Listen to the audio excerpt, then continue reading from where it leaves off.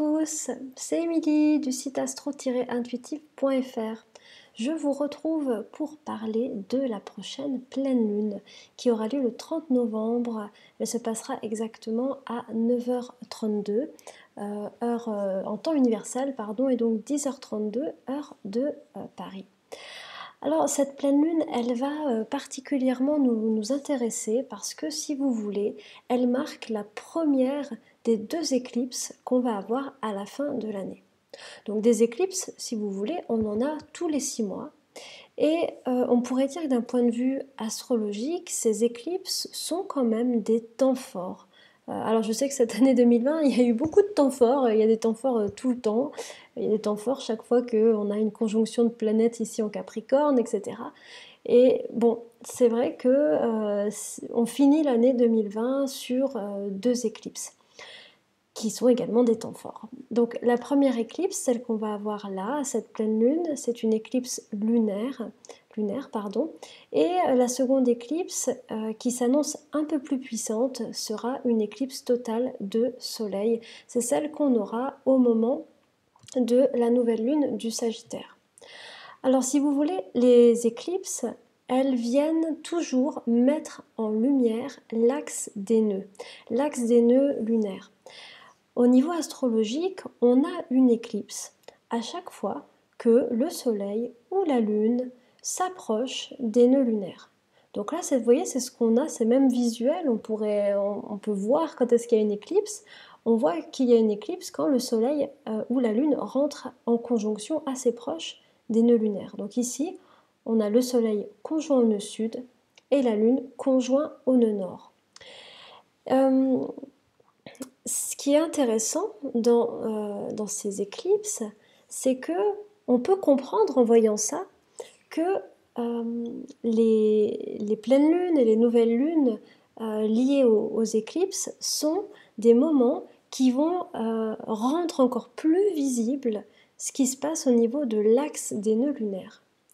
Alors, c'est peut-être charabia dit comme ça, mais je vais juste reparler un petit peu de l'axe des nœuds lunaires. Si vous voulez, donc c'est constitué du nœud sud ici, du nœud nord là, c'est 2 points fictifs, et cet axe des nœuds lunaires, il va vraiment donner une direction. C'est un des seuls éléments en astrologie qui donne une direction, qui donne un conseil. Mais justement, pour en revenir à ce que je vous disais, c'est que l'axe des nœuds est le seul élément, finalement presque le seul élément qui dans une carte va donner une direction et qui semble dire, eh bien, apparemment en ce moment, il est plus judicieux d'aller dans cette direction, il peut être préjudiciable d'aller dans celle-ci, il peut y avoir des problématiques, etc. Alors l'axe des nœuds, si vous voulez, c'est quelque chose qui se manifeste beaucoup en événements et c'est quelque chose qu'on voit beaucoup, notamment dans les événements mondiaux, dans les événements collectifs. Il ne se manifeste pas que dans le collectif, mais il se manifeste bien sûr aussi dans nos vies personnelles.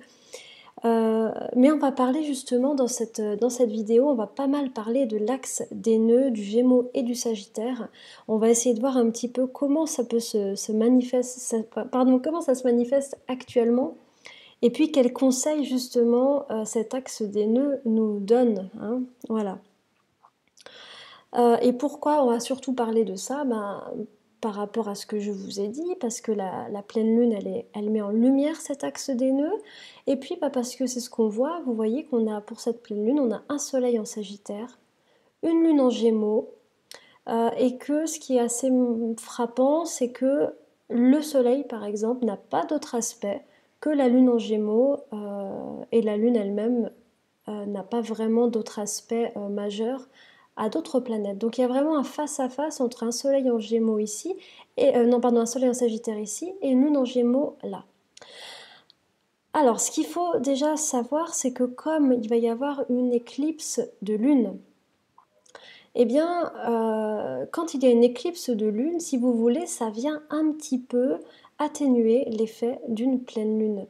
Habituellement, quand une pleine lune tombe dans un signe, ce signe, il est comme projeté. Il est comme... il va vraiment se diffuser, se répandre dans l'ambiance générale. Quand il y a une éclipse de lune, eh bien, c'est comme si cette planète était affaiblie. En tout cas, ce signe était affaibli. Ce signe, il ne peut pas être répandu. Il n'est pas visible. Donc, si vous voulez, ces éclipses, elles sont un peu particulières parce qu'en règle générale, elles créent aussi un peu un déséquilibre dans les forces. Parce que, bien, pour cette pleine lune, notre lune en Gémeaux, qui est quand même la représentante du nœud nord en Gémeaux, euh, est affaiblie, voire est absente ou n'a pas vraiment la parole. Et ce qui donne qu'il y a pleine parole ici, un soleil en Gémeaux avec un nœud sud. Oh là là, j'arrête pas de les confondre, un soleil en Sagittaire avec un nœud sud Sagittaire. Donc ça déséquilibre un peu. Alors on va reprendre la base pour les personnes qui ne sont pas du tout familières avec l'axe des nœuds. Je ne veux pas vous perdre, c'est assez simple en fait. L'axe des nœuds, il est fait de 2 éléments. Et on a ici le nœud sud. Le nœud sud, alors il y a plusieurs interprétations, mais une interprétation communément acceptée, c'est de dire que le nœud sud va représenter certaines problématiques, va représenter quelque chose, des activités qui vont être plutôt préjudiciables ou qui vont drainer de l'énergie. Et en règle générale, là où est le nœud sud, les activités sont empêchées ou freinées ou ralenties. Ce qui signifie qu'actuellement, toutes les thématiques liées au Sagittaire, on va y revenir, sont freinées, empêchées. Les excès de ce signe du Sagittaire peuvent être également préjudiciables à un niveau mondial et bien sûr à un niveau individuel. Le nœud nord en face, lui, il représente plutôt le fameux conseil cosmique. Il nous demande finalement d'acquérir les qualités, les compétences du signe du Gémeaux ici. Et également, il va mettre en lumière, il va donner de l'énergie aux thématiques reliées à ce signe-là. Chaque signe, si vous voulez, a un peu des domaines comme ça de compétences. Et donc en ce moment, c'est plein feu sur le Gémeaux. Alors vous allez voir, on va parler un petit peu de qu'est-ce qu'ils font l'un et l'autre et vous allez voir que c'est assez parlant avec ce qui se passe. Je vais commencer par parler du signe du Sagittaire, donc qui nous parle tout particulièrement parce que en ce moment le soleil est d'ailleurs dans ce signe. Alors le Sagittaire, si vous voulez, c'est un... Non, pardon, je vais pas partir comme ça. Si vous voulez, cet axe-là, Gémeaux-Sagittaire, il parle d'un côté, on a les faits, et de l'autre, on a les croyances. Voilà comment ça fonctionne en gros. Le signe du Gémeaux, il est régi par la planète Mercure. C'est un signe en lien avec l'intellect. Ça veut dire que c'est un signe qui comprend le monde par la réflexion, par le fait d'aller chercher l'information, de croiser les sources, par le fait de parler avec de nombreuses personnes qui n'ont pas forcément des avis similaires. Bref, c'est un signe qui va fonctionner beaucoup avec le mental, sa tête et sa parole. Le Sagittaire, lui, il est régi par la planète Jupiter et c'est un signe qui est beaucoup plus intuitif. C'est un signe qui est relié aux croyances. C'est un signe dont le but est quelque part de prendre un peu toutes les informations qu'a trouvé le Gémeaux ici et d'en faire une synthèse pour se faire sa propre vision du monde. Le but du Sagittaire, c'est de trouver sa clé de compréhension du monde. C'est pour ça que c'est un signe qui est relié aux religions, aux croyances, aux philosophies de vie, aux questions existentielles également. Bref, à tout ce qui va être un peu spirituel, philosophique, toutes ces choses-là, tout ce qu'on a un peu résumé dans les hautes pensées, entre guillemets. Alors, d'autre part, ce signe du Sagittaire, donc son but c'est de trouver, on va dire, une manière de voir le monde cohérente. Pourquoi c'est très important pour le Sagittaire? Parce que quelque part, c'est un signe qui se pose énormément de questions existentielles et à travers ça, au moment où il trouve sa manière de comprendre le monde, ça lui enlève certaines angoisses existentielles, forcément. C'est pour ça que ce signe-là, dans son côté négatif, il va être extrêmement opiniâtre dans ses croyances, dans sa manière de voir le monde. Il va vraiment avoir une rigidité de pensée et de croyance, parce que si on lui enlève sa croyance, il est extrêmement fragile en fait, hein. Il est complètement perdu et déboussolé. Les croyances sont vraiment quelque chose de très très fort chez nous, chez les êtres humains, et c'est vraiment ce signe du Sagittaire qui représente ça. Donc il y tient extrêmement fortement. Vous noterez également que le signe du Sagittaire, il est représenté par une flèche, ce qui signifie que le Sagittaire a un petit côté prosélyte. Il a un côté, une fois que j'ai trouvé ma vérité, je vais aller sauver mes frères, je vais aller répandre la bonne parole. C'est un signe de feu. Donc voilà, là je vous présente plutôt, c'est neutre finalement, ça peut être utilisé pour des bonnes choses ou pour des moins bonnes choses. Vous voyez, il n'y a pas de jugement de valeur sur ce signe-là. Donc c'est un signe voilà, qui veut convaincre. Son but en fait, c'est de convaincre les autres que sa manière de voir le monde est la bonne. À ce moment-là, quand il veut convaincre, il y a deux buts.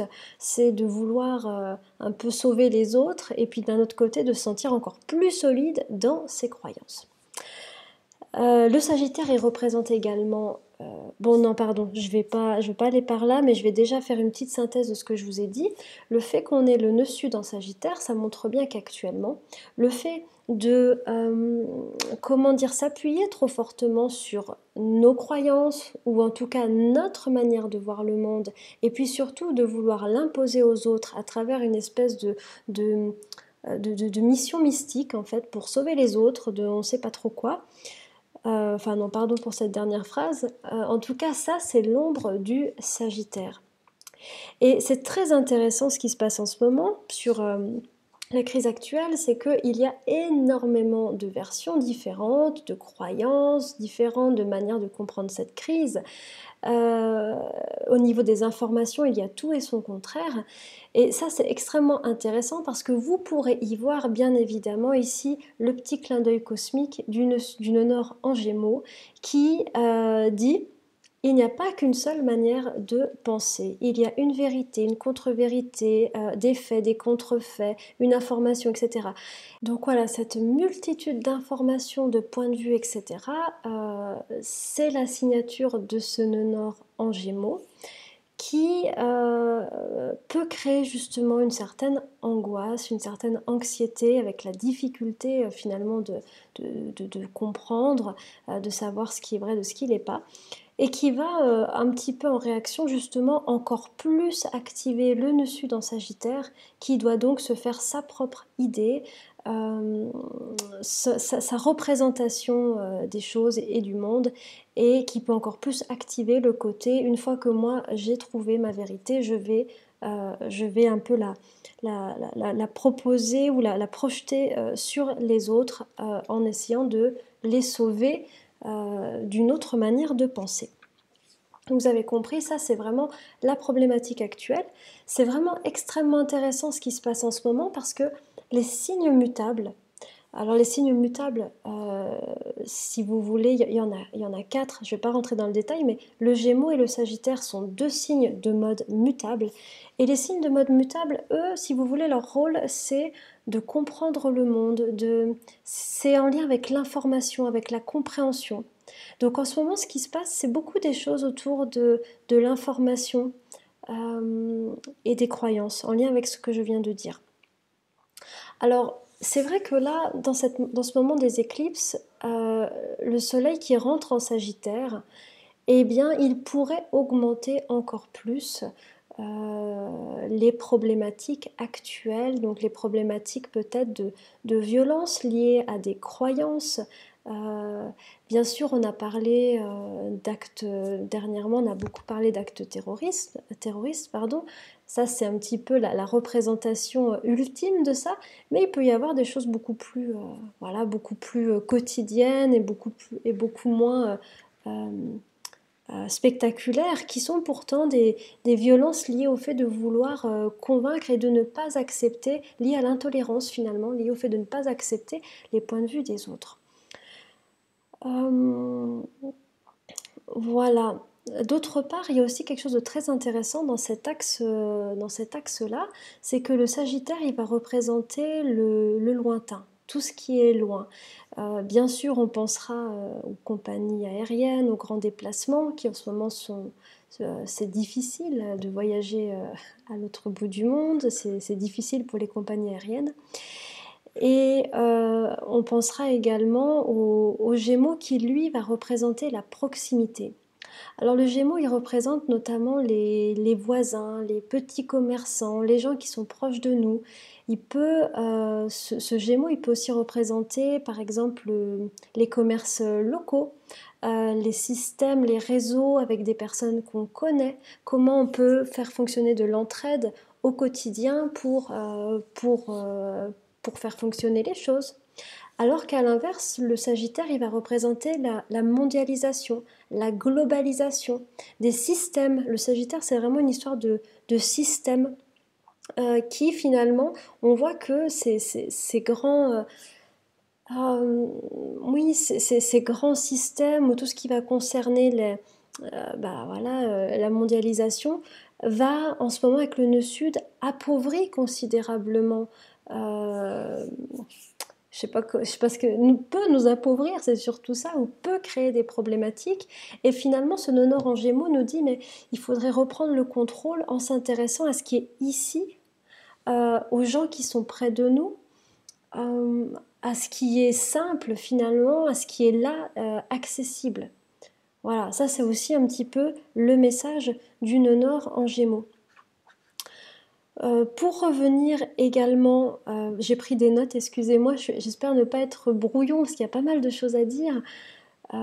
Pour revenir à cette histoire des croyances qui est représentée par le nœud sud en Sagittaire, le nœud nord en Gémeaux, lui, en face, ce qu'il va proposer, c'est plutôt une acceptation des différents points de vue. Le Gémeaux, il a un peu cette capacité qui est complètement folle pour le signe du Sagittaire. Le Sagittaire comprend pas trop, mais le Gémeaux est capable comme ça d'entendre plusieurs points de vue et puis il y a une ouverture en fait à d'autres points de vue et c'est un signe qui ne va pas s'enflammer comme le Sagittaire le Sagittaire quand il n'est pas d'accord, il part un petit peu sur ses grands chevaux, c'est le cas de le dire. Donc c'est un signe qui favorise tout ce qui est l'ouverture d'esprit, l'acceptation d'informations contradictoires, l'acceptation de personnes différentes. Voilà.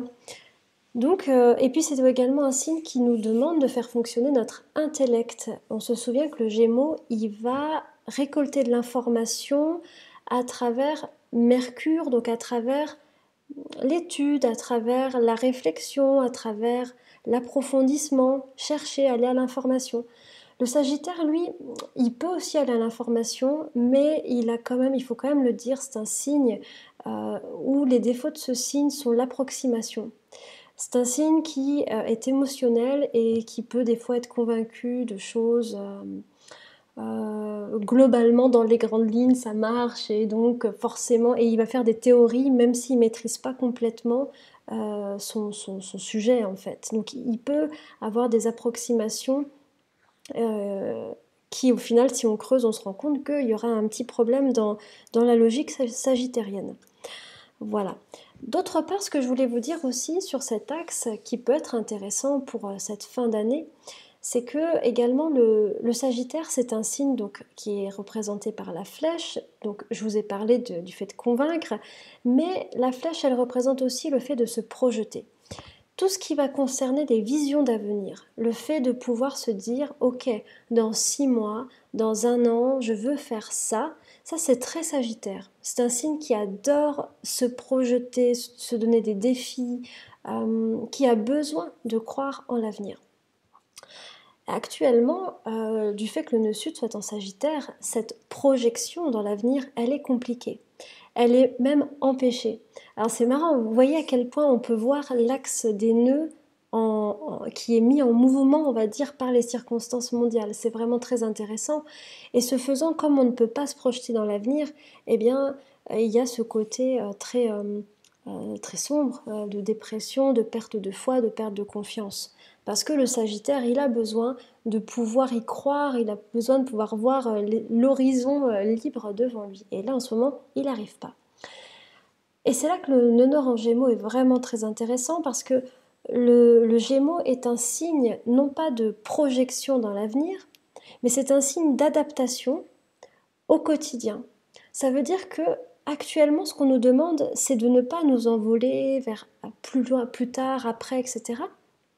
D'être vraiment connecté à l'ici et maintenant, donc à ce qui se passe en ce moment, aux personnes qui sont proches de nous, nos cercles d'amis, notre famille, nos petits commerçants, etc. Et d'être dans plutôt dans cette réflexion de dire, ok, maintenant, aujourd'hui, comment je peux adapter mon expérience pour qu'elle soit la plus sympa possible, la plus épanouissante, la plus riche de sens, etc. C'est un signe qui va vraiment, ce Gémeaux, qui va chercher à être créatif pour jongler. Voilà, c'est un signe un peu comme ça dans le jeu, pour jongler avec le quotidien. Et l'idée, c'est de dire, c'est pas le tout de penser à plus tard, mais est-ce qu'aujourd'hui, maintenant, je peux faire quelque chose qui me fait envie, qui me fait du bien, etc. C'est ça aussi ce signe du Gémeaux. J'arrête pas de les mélanger. Donc je pense aussi que là, on a une grande leçon qui est que les circonstances actuelles nous obligent à être un peu, j'allais dire, le nez dans le guidon, à être vraiment très concentré sur l'ici et maintenant. Et moi, j'y vois vraiment un clin d'œil de notre nonor en Gémeaux. Voilà, donc c'était vraiment important pour moi de vous expliquer toutes ces différentes directions que prend l'axe, parce que peut-être vous le verrez un petit peu en mouvement autour de vous, et puis peut-être dans votre vie, et que ça peut vous aider. Donc si on résume, c'est les croyances, oui, c'est très bien. D'ailleurs, en ce moment, le soleil est en Sagittaire, donc c'est justement un moment pour renforcer sa foi, pour renforcer ses croyances, et puis pour renforcer, pourquoi pas, sa manière de comprendre le monde. C'est important, c'est fondamental pour chacun. Par contre, le prosélytisme, le fait de croire que c'est la seule vérité, le fait de vouloir convaincre les autres, le fait de s'énerver par rapport à des opinions contraires, là on est dans l'ombre du Sagittaire. Ça c'est plutôt préjudiciable parce que ça empêche les gens justement de se parler. Et le nonor en Gémeaux, lui, ce qu'il veut, c'est que les gens se parlent, il veut que les gens restent en contact, il veut qu'il y ait des échanges, plutôt que d'avoir raison tout seul dans son coin. Donc il y a ça. Il y a le fait de se concentrer plutôt sur le local, les gens qui sont autour de nous, plutôt que le lointain. Et il y a le fait d'apprendre à s'adapter, à danser avec les événements, plutôt que de se projeter et d'imaginer un futur merveilleux, mais qui n'est pas là actuellement. Donc c'est comment créer un présent, peut-être pas merveilleux, mais en tout cas le plus sympathique possible. Voilà, c'est ça que je voulais vous dire, parce que forcément sur les 2 prochaines lunaisons, on est à fond dedans. Et c'est quand même une période de l'année là où voilà, le soleil, tout le passage du soleil en Sagittaire est un moment un peu critique, un peu, il nous faut prendre conscience de l'ombre de ce signe, de comment l'équilibrer pour, voilà, pour que les énergies soient les plus douces possibles. Voilà, c'est ça dont je voulais vous parler. Alors, d'autres choses, maintenant on va parler de choses un petit peu plus... ah non, je vais vous parler de ça, pardon. On est à 2 doigts également de voir basculer Jupiter et Saturne dans le signe du Verseau. Ils vont quitter enfin le Capricorne, donc changement de décor, mais changement de décor progressif. Je vais vous expliquer. Donc Saturne sera le premier à rentrer en Verseau, il va rentrer le 18 décembre 2020. Et Jupiter, quant à lui, rentrera le 20 décembre. Donc intéressant, hein, c'est vraiment, ça se joue à très peu de temps d'écart. Et le 21 décembre 2020, ils seront en conjonction tous les deux. Alors, à première vue, c'est vrai que ce qui va nous intéresser, c'est que Jupiter, je vais parler principalement de Jupiter, mais Jupiter, en quittant le Capricorne, c'est une planète qui va pouvoir un petit peu mieux respirer. Jupiter, c'est justement la planète, c'est le maître du Sagittaire. Jupiter, c'est la planète des croyances, c'est la planète de la foi, c'est la planète des valeurs et de l'enthousiasme, de la confiance en la vie, etc. Tant que Jupiter est en Capricorne, c'est très compliqué parce que Jupiter, il est plombé par les impératifs matériels quotidiens. Et ça donne quoi? Ça donne que, bien sûr, il y a des difficultés actuelles, collectives, et l'ambiance fait que on perd la foi. Les gens en ce moment sont plutôt sombres, sont plutôt... on sent vraiment que Jupiter est éteint. Jupiter, c'est vraiment ce qui nous donne des étoiles dans les yeux, qui nous donne envie d'aller de l'avant, etc. Là, on sent que pour l'instant, il n'y a pas d'étoiles dans les yeux, c'est un peu compliqué. Donc, ça va vraiment être sympa le moment où Jupiter va quitter le Capricorne et rentrer dans le Verseau, qui est un signe dans lequel il se sent bien. Il se sent vraiment bien, ce Jupiter, dans ce signe-là.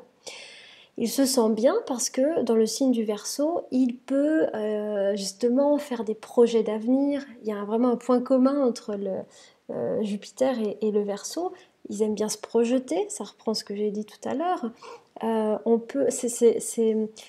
Si vous voulez, il y a aussi une augmentation de la créativité, des idées, des projets. On commence à se dire, quand Jupiter passe en Verseau, que de nouveau, tout est possible, qu'on peut être ingénieux, oui, qu'il y a des empêchements, mais qu'on va peut-être pouvoir trouver des solutions voilà, pour faire ce qu'on a envie. Ça, c'est un peu la proposition pour ce Jupiter en Verseau qui va rester une année. Maintenant, on voit quand même que le changement de décor, il est très progressif parce que jusqu'en février 2021, eh bien Jupiter reste collé à Saturne.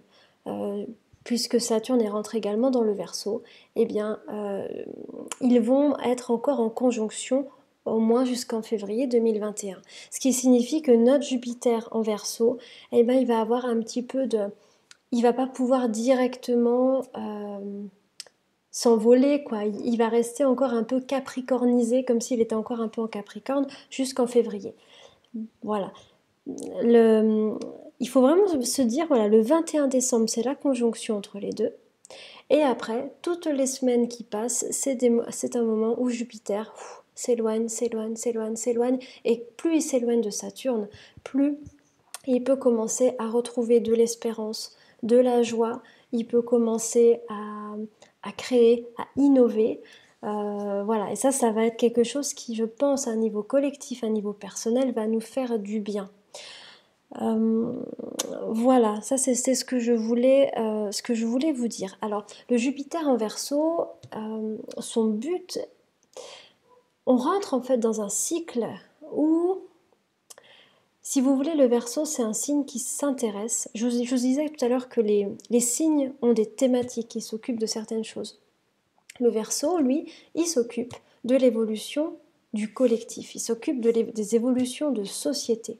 Ce qui l'intéresse, c'est comment on peut fonctionner tous ensemble de la manière la plus harmonieuse possible, comment on peut faire progresser les choses. Et puis ce qui l'intéresse aussi pas mal, c'est tout ce qui concerne la liberté. Et ça nous dit un petit peu que on rentre dans une année, l'année 2021, où finalement il est question d'implication sociétale pour tout un chacun. Cette crise que l'on a eue, a été comme une manière de nous sensibiliser. On parle par exemple en ce moment beaucoup de perte de droits civiques, de perte de liberté, etc. Et ça, en fait, ce qui est intéressant, c'est que ce Jupiter et ce Saturne qui vont rentrer dans le Verseau, ils sont aussi là pour nous rappeler que la société, c'est nous tous qui la faisons. Voilà, Jupiter en Verseau, quelque part, nous dirige un petit peu notre attention sur tout ce qui est sociétal, collectif, etc. Et Saturne en Verseau nous rappelle qu'en tant que citoyen, on a des droits, mais on a aussi des devoirs. Saturne dans le signe du Verseau va quelque part vraiment concentrer notre attention là-dessus et nous dire, ok, s'il y a des dysfonctionnements au niveau collectif, au niveau de société ou de notre vie, il faut y travailler, il faut aussi s'engager, c'est pas le tout d'en parler, il faut faire des actes. Saturne est une planète très concrète, hein. Donc quelque part, Saturne va aussi être là pour nous, citoyens, pour nous, comment dire, nous aider à concrétiser ou à matérialiser les espérances ou les idéaux ou les rêves de Jupiter en Verseau. Jupiter est une planète qui a des espèces de flashs d'idées comme ça, voilà, elle reçoit d'un coup des inspirations. Et Saturne est aussi là pour les mettre dans la matière, pour les réaliser. Donc voilà, c'est sûr que Saturne freinera un petit peu Jupiter, mais le meilleur qu'on puisse avoir de cette configuration est que Jupiter nous sensibilise aux questions de société et Saturne nous fasse davantage être conscients de nos devoirs citoyens et nous fasse davantage nous impliquer, que ce soit au niveau de l'écologie, je sais pas, de la politique, d'associations, enfin ça peut prendre plein de formes en fonction des sujets qui nous touchent. Mais en tout cas, c'est vraiment un moment où chaque personne, quelque part, est invitée, je dirais, à peut-être à reprendre sa place ou un certain engagement dans des questions plus collectives et à ne pas juste avoir le sentiment que la société se dirige d'elle-même. Hein. C'est un petit peu ça que ces planètes en Verseau vont nous inviter à faire, j'ai l'impression, en 2021. Et puis, bien sûr, ce Jupiter en Verseau va nous parler, comme je le disais un petit peu tout à l'heure, d'une créativité accrue, va parler également, pourquoi pas, de travail collaboratif, travailler en équipe, trouver des manières innovantes, inédites, de résoudre des problèmes, de travailler justement des manières inédites de faire du travail collaboratif. Bref, c'est quand même une position beaucoup plus légère, créative, innovante et qui devrait justement nous aider à nous sentir un petit peu plus confiants pour la suite à partir de justement de février 2021.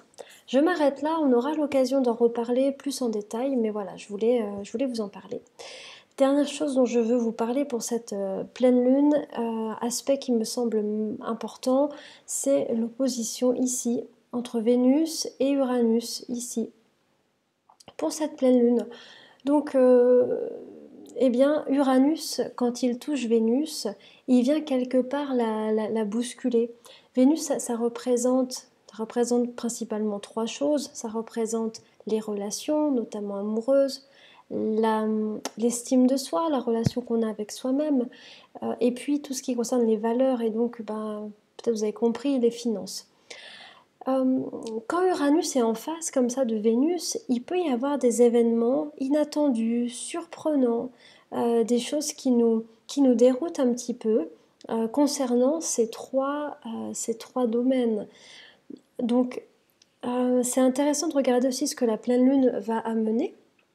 Notamment, ça peut être aussi au niveau relationnel. Si par exemple au niveau relationnel, il ne se passe rien, c'est vraiment intéressant parce que souvent, Uranus en fait est un accélérateur. Il vient montrer des choses qu'on aurait vues, mais qu'on aurait vues après. Donc cette pleine lune, elle peut aussi avoir pour mission d'accélérer et de porter à notre conscience hum, certaines choses, on va dire, pour, je dirais, le sens derrière tout ça, de Vénus-Uranus, c'est souvent un sens de faire évoluer nos relations. Je vais m'arrêter là pour cette vidéo qui était déjà bien assez longue. Donc je m'arrête là. Je vous remercie pour votre écoute. Voilà, je vous retrouve dans 15 jours pour la prochaine éclipse qui sera particulièrement puissante.